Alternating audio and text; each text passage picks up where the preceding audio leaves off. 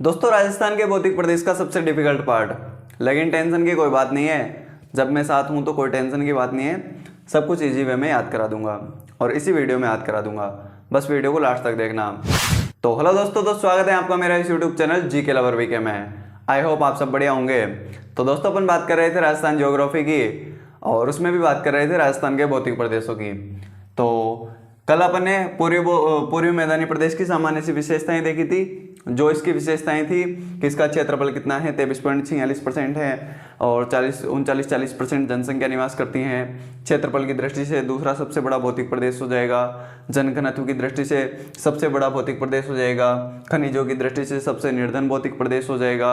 अपने 33 सागर का अवशेष हो जाएगा। उसके अलावा अपन ने बात की थी कि यहाँ पर उपजाऊ जमीन है, जलोढ़ मृदा का विस्तार है, क्योंकि यहाँ पर देखो कितनी सारी नदियाँ हैं। ये बनास हो गई, ये चंबल हो गई, ये माही हो गई, ये बाणगंगा नदी हो गई।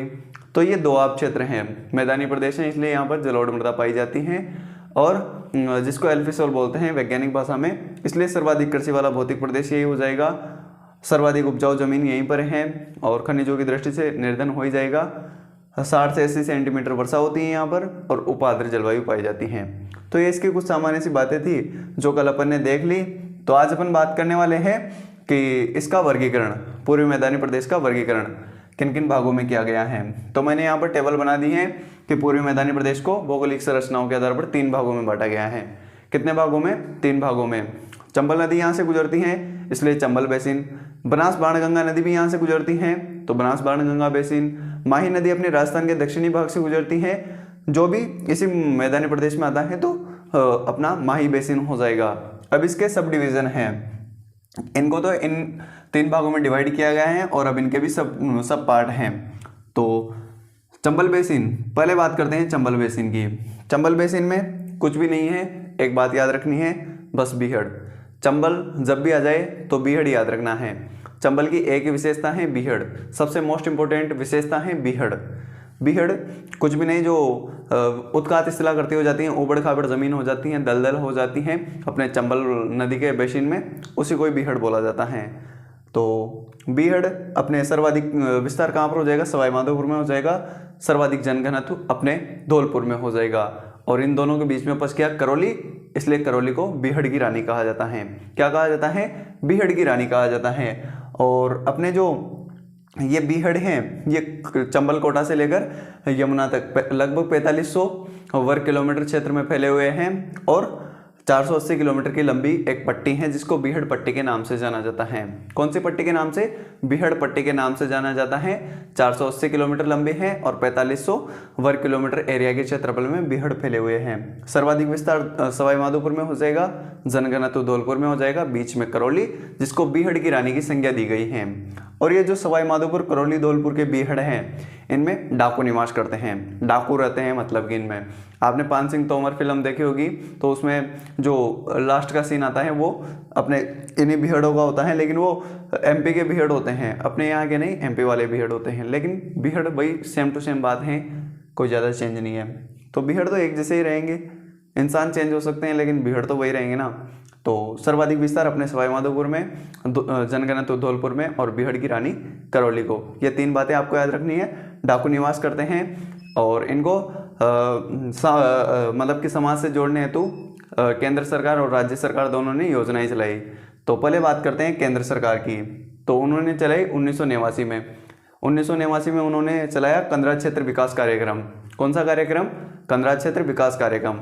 कंदरा से केंद्र याद रखो, कंदरा केंद्र, कंदरा केंद्र 1989 में चलाया, जो कि भरतपुर और अपना जो कोटा संभाग हैं, इनके 8 जिलों में, भरतपुर के 4 जिले, कोटा संभाग के 4 जिले, यहाँ के जो लोग हैं उनको सामाजिक धारा से जोड़ने हेतु, सामाजिक आर्थिक विकास हेतु ये कार्यक्रम चलाया गया। तो भरतपुर के जिले कौन कौन से हो जाएंगे? भरतपुर, धौलपुर, करौली, सवाई माधोपुर और अपने कोटा, बूंदी, बारां, झालावाड़, ये 8 जिले, इनमें कंदरा क्षेत्र विकास कार्यक्रम 1989 में, कब? 1989 में चलाया गया और दोनों संभागों के जिलों में चलाया गया। और दूसरा कार्यक्रम अपने राज्य सरकार के द्वारा चलाया गया सन 2004-05 में, जिसको डांग क्षेत्र विकास कार्यक्रम कहा जाता है। क्या कहा जाता है? डांग क्षेत्र विकास कार्यक्रम। यह भी भरतपुर और कोटा के संभाग के 8 जिलों में चलाया गया। वही सामाजिक आर्थिक विकास हेतु और जो यहाँ पर लोग निवास करते हैं उनको समाज की धारा से जोड़ने हेतु, सामाजिक धारा से जोड़ने हेतु ये कार्यक्रम चलाया गया। तो ये हो गया चंबल बेसिन। चंबल बेसिन की एक ही बात याद रखनी है, ओनली बीहड़। क्या याद रखनी है? बीहड़। बीहड़ फेमस है चंबल के, बस। उसके बाद बनास बाणगंगा बेसिन, ये अपनी बाणगंगा नदी हो जाएगी। कौन सी नदी? बाणगंगा नदी, बाणगंगा नदी। और ये हो जाएगी अपनी बनास नदी। इनकी बात अपन ने नदियों में कर ली है, तो उनको आप पिछली वीडियो में जाकर देख सकते हैं, अच्छे से अपन ने बात की है और उनको भी मैंने क्लास में याद करवा दिया था। तो इनके बीच में जो मैदान है उसको बनास बाणगंगा बेसिन के नाम से जाना जाता है। जो इनका बेसिन है, मैदान है, उसको बनास बाणगंगा बेसिन के नाम से जाना जाता है। और इसको 4 भागों में डिवाइड किया गया है, 4 भागों में डिवाइड किया गया है। पहला हो जाएगा रोही का मैदान। रोही का मैदान, ये देखो अपना रोही का मैदान, ये जो रेड रेड दिख रहा है आपको, यहाँ से ये वाला, इसको रोही का मैदान कहा जाता है। क्या कहा जाता है? रोही का मैदान। अपने जयपुर से भरतपुर के मध्य जो बाणगंगा और यमुना नदियों का जो दोआब क्षेत्र है उसको रोही का मैदान कहा जाता है। क्या कहा जाता है? रोही का मैदान। जयपुर से भरतपुर के मध्य, जयपुर से भरतपुर के मध्य बाणगंगा और यमुना नदियों के मध्य का दोआब क्षेत्र क्या कहलाता है? रोही का मैदान।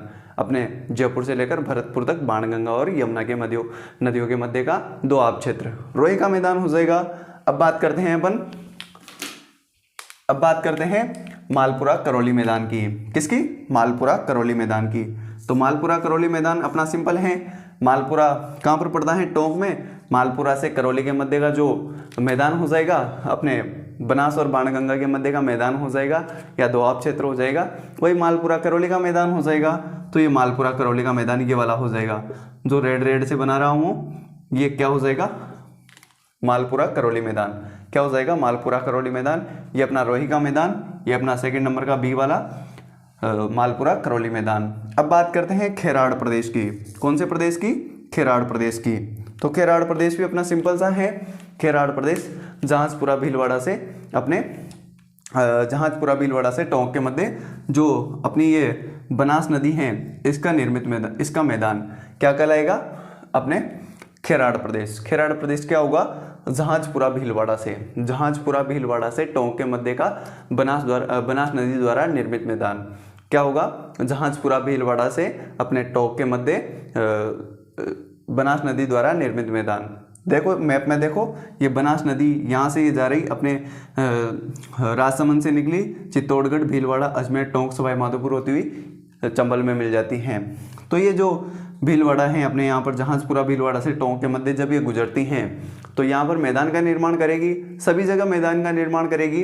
तो जो जहाजपुरा भीलवाड़ा और टोंक के मध्य का मैदान बनेगा उसको खेराड़ प्रदेश के नाम से जाना जाता है। कौन से प्रदेश के नाम से? खेराड़ प्रदेश के नाम से। अब लास्ट हो जाता है अपना पेड़मांट का मैदान। कौन सा मैदान?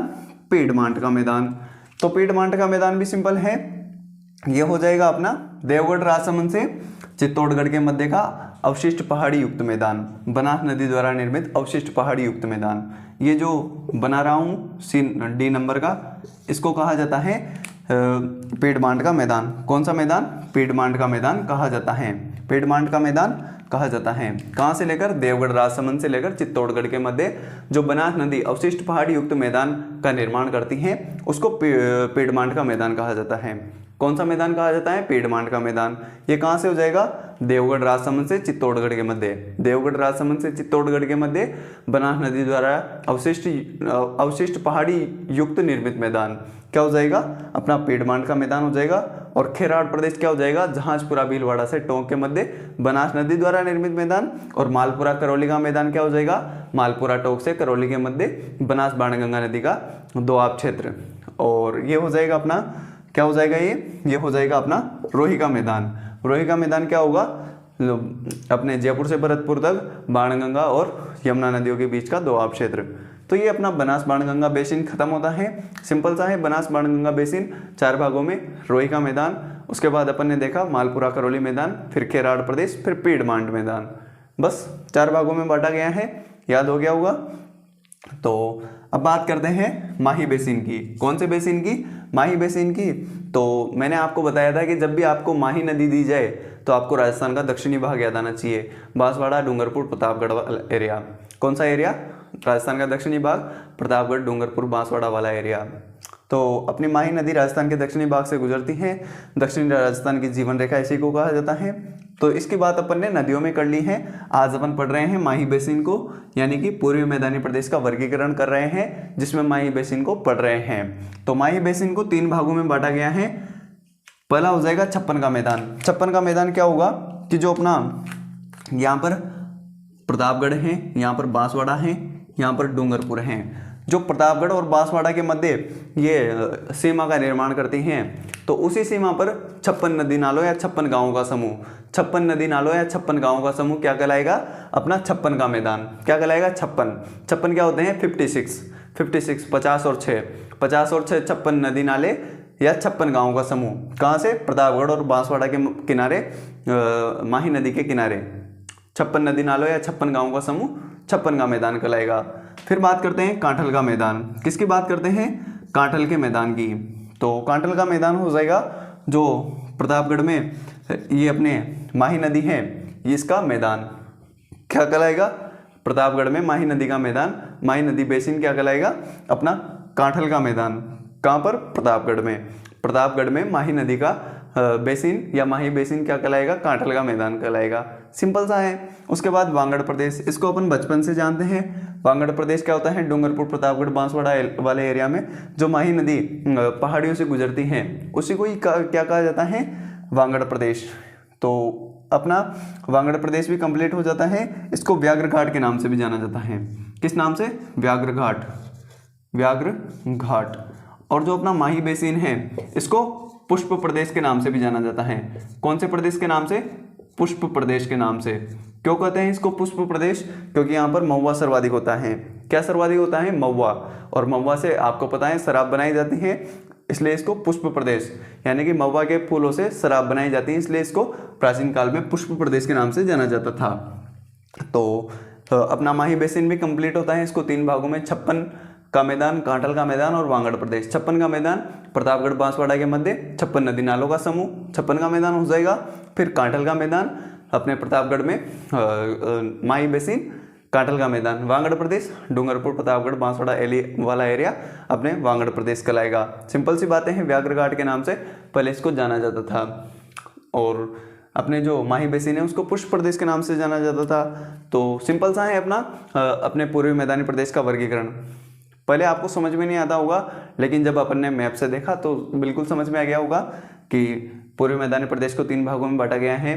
चंबल बेसिन, अपना बनास बाणगंगा बेसिन और माही बेसिन। चंबल बेसिन की एक ही विशेषता बीहड़, सर्वाधिक विस्तार सवाई माधोपुर, सर्वाधिक जनघनत्व। जनघनत्व क्या मतलब कि घनत्व, जनघनत्व तो 1 वर्ग किलोमीटर एरिया में कितने लोग रहते हैं उसको जनघनत्व कहते हैं। उसी प्रकार 1 वर्ग किलोमीटर एरिया में कितने बीहड़ हैं, कितनी उत्खात शिला करती हैं, जिसमें ज़्यादा होगी उसका घनत्व ज़्यादा हो जाएगा। तो धौलपुर में सर्वाधिक घनत्व हो जाएगा बीहड़ का। तो धौलपुर में सर्वाधिक घनत्व, सर्वाधिक विस्तार सवाई माधोपुर में, दोनों के बीच में करौली, तो करौली उसकी रानी हो जाएगी, बीहड़ की रानी करौली। उसके बाद अपन ने बनास बाणगंगा बेसिन देखा और यहाँ पर डाकू भी रहते हैं, ये अपन ने बात कर ली है। कंदरा क्षेत्र विकास कार्यक्रम सन 2000 मतलब 1989 में केंद्र सरकार द्वारा भरतपुर और कोटा के संभागों के 8 जिलों में भाई समाज को धारा से जोड़ने हेतु, सामाजिक धारा से जोड़ने हेतु और सामाजिक आर्थिक विकास हेतु इसलिए चलाया गया। फिर सन 2004-05 में डांग क्षेत्र विकास कार्यक्रम राज्य सरकार द्वारा चलाया गया, वही भरतपुर और कोटा के 8 जिलों में चलाया गया। इंपॉर्टेंट है दोनों कार्यक्रम। पहला वाला कार्यक्रम कंदरा क्षेत्र विकास कार्यक्रम के बारे में अभी फॉरेस्ट गार्ड में पूछा गया था, इंपॉर्टेंट है, याद रखना। इसके मतलब कि सभी बातें इंपॉर्टेंट हैं। उसके बाद अपन बनास बाणगंगा बेसिन की बात करते हैं, तो इसको भी 4 भागों में बांटा गया है। पहला हो जाएगा अपना रोही का मैदान। रोही का मैदान जयपुर से भरतपुर के मध्य का मैदान हो जाएगा, बनास और यमुना के मध्य का दोआब क्षेत्र। फिर अपना होता है कौन सा? मालपुरा करौली मैदान, मालपुरा से करौली के मध्य का दोआब क्षेत्र, बनास और बाणगंगा नदियों का दोआब क्षेत्र। मालपुरा करौली का मैदान हो जाएगा। फिर अपना खेराड़ प्रदेश, खेराड़ प्रदेश जहाजपुरा भीलवाड़ा से टोंक के मध्य का मैदान हो जाएगा, बनास नदी द्वारा निर्मित मैदान हो जाएगा। कौन सा प्रदेश? खेराड़ प्रदेश हो जाएगा। फिर पेडमांट का मैदान, पेडमांट का मैदान क्या हो जाएगा? देवगढ़ राजसमंद से चित्तौड़गढ़ के मध्य का अवशिष्ट पहाड़ी युक्त मैदान। बनास नदी द्वारा निर्मित अवशिष्ट पहाड़ी युक्त मैदान पेड़मांट का मैदान हो जाएगा। फिर अपन ने माही बेसिन की बात की, 56 का मैदान। 56 का मैदान क्या, प्रतापगढ़ बांसवाड़ा में 56 नदी नालों का समूह या 56 गांवों का समूह। उसके बाद कांठल का मैदान, प्रतापगढ़ में माही नदी बेसिन क्या कहलाएगा, कांठल का मैदान कहलाएगा। और वागड़ प्रदेश प्रतापगढ़, डूंगरपुर और बांसवाड़ा वाला एरिया अपने वागड़ प्रदेश हो जाएगा। तो बिल्कुल ध्यान से सुना होगा आपने, तो याद हो गया होगा जहाँ तक मुझे लगता है। तो आई होप आपको याद हो गया होगा, ऐसे मैं आशा करता हूँ। ज़्यादा टफ तो नहीं है, बिल्कुल सिंपल है। मैप से याद करो, बहुत ही सिंपल है। ज्योग्राफी बहुत ही सिंपल हो जाएगी जब अपन मैप से पढ़ेंगे। तो बहुत ही सिंपल है राजस्थान ज्योग्राफी। और तो क्या, बस ज़्यादा से ज़्यादा रिवाइज करना और 2-4 दिन में देखते रहना इन सबको। 1-2 बार आंखें देख लेना, आंखें फेर लेना, मतलब कि इन सभी पर, तो हमेशा के लिए आपके दिमाग में छप जाएगा। तो आई होप आपको ये वीडियो पसंद आई होगी। तो वीडियो पसंद आई हो तो वीडियो को लाइक और चैनल को सब्सक्राइब कर देना। मैं मिलता हूँ आपसे अगली वीडियो में, तब तक के लिए thank you, tata, bye bye.